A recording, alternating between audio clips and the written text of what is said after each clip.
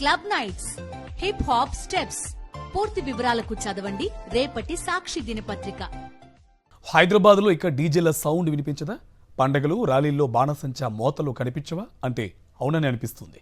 డీజేలు బాణసంచా వినియోగం దుష్ప్రభావాలపై Hyderabad CP CV Anand ఆధ్వర్యంలో కీలక సమావేశం నిర్వహిస్తున్నారు. పండగలు ర్యాలీల్లో డీజేలు బాణసంచా కాల్చడంపై తీవ్ర వ్యతిరేకత వస్తున్న నేపథ్యంలో వివిధ వర్గాల అభిప్రాయాలు తీసుకునేందుకు పోలీస్ శాఖ రౌండ్ టేబుల్ సమావేశం ఏర్పాటు చేసింది. భారీ శబ్దాలు వచ్చే డీజే సౌండ్స్పై పోలీసులు ఆంక్షలు విధించనున్నట్టు తెలుస్తోంది. హైదరాబాద్లో ఇక డీజేల సౌండ్ వినిపించదా? పండగలు ర్యాలీల్లో బాణసంచా మోతలు కనిపించవా అంటే అవునని అనిపిస్తుంది. డీజేలు బాణసంచా వినియోగం దుష్ప్రభావాలపై హైదరాబాద్ సిపి సివి ఆనంద్ ఆధ్వర్యంలో కీలక సమావేశం నిర్వహిస్తున్నారు. పండగలు ర్యాలీల్లో డీజేలు బాణసంచా కాల్చడంపై తీవ్ర వ్యతిరేకత వస్తున్న నేపథ్యంలో వివిధ వర్గాల అభిప్రాయాలు తీసుకునేందుకు పోలీస్ శాఖ రౌండ్ టేబుల్ సమావేశం ఏర్పాటు చేసింది. భారీ శబ్దాలు వచ్చే డీజే సౌండ్స్ పై పోలీసులు ఆంక్షలు విధించనున్నట్టు తెలుస్తోంది. సంబంధించి పూర్తి సమాచారం మా కరెస్పాండెంట్ సాయి కిరణ్ మనకి ఫోన్ లైన్ లో డీటెయిల్స్ అందిస్తారు. సాయి కిరణ్, పూర్తి సమాచారం ఏంటి? కార్తీక, హైదరాబాద్ లో డీజే సౌండ్ అలాగే బాణసంచాలకు సంబంధించిన శబ్దాల పైన మరి కాసేపట్లో హైదరాబాద్ సిటీ పోలీస్ కమిషనర్ గా ఉన్న సివి ఆనంద్ కీలక సమావేశం ఏర్పాటు చేశారు. పలు వర్గాలను కూడా ఆయన ఈ సమావేశానికి ఇన్వైట్ చేశారు. ముఖ్యంగా హైదరాబాద్ లో ఈ డీజే శబ్దాలను కావచ్చు, అలాగే బాణసంచా ఇవన్నీ, అలాగే పండుగ సమావేశాల్లో ర్యాలీల నేపథ్యంలో ఏర్పాటు చేసేటువంటి శబ్దాలు, వీటన్నిటి పట్ల ప్రజలు పలు వర్గాలు అసంతృప్తి వ్యక్తం చేస్తున్నాయి.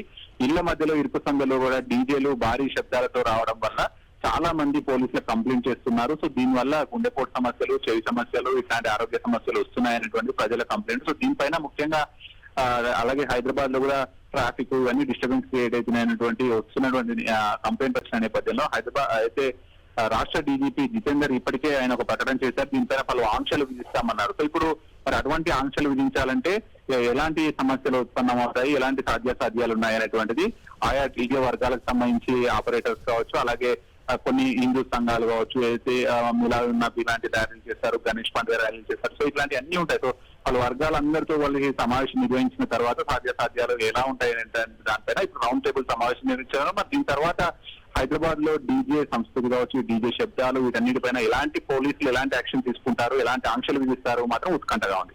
అండ్ సాయి కిరణ్, ఈ డీజేల పైన కొంతలో కొంత లిమిట్స్ ఉన్నప్పటికీ కూడా ఎవరూ కూడా వాటి పాటించట్లేదు. ఇంకోవైపు డీజేల్ని నమ్ముకుని ఉన్న వాళ్ళ పరిస్థితి ఏంటి? వాళ్ళ జీవనాధారంగా ఎంచుకున్న వాళ్ళ పరిస్థితి ఏంటి? ఆ అంశం ఏమైనా వచ్చిందా ఈ సమావేశంలో?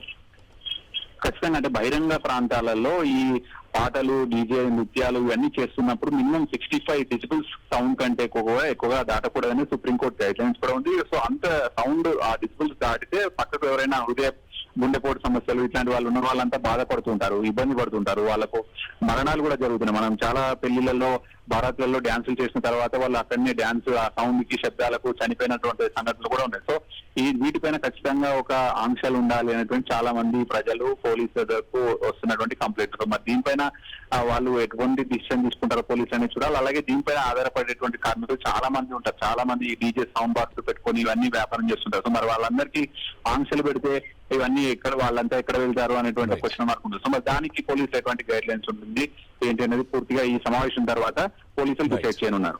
Right, thank you Sai Kiran.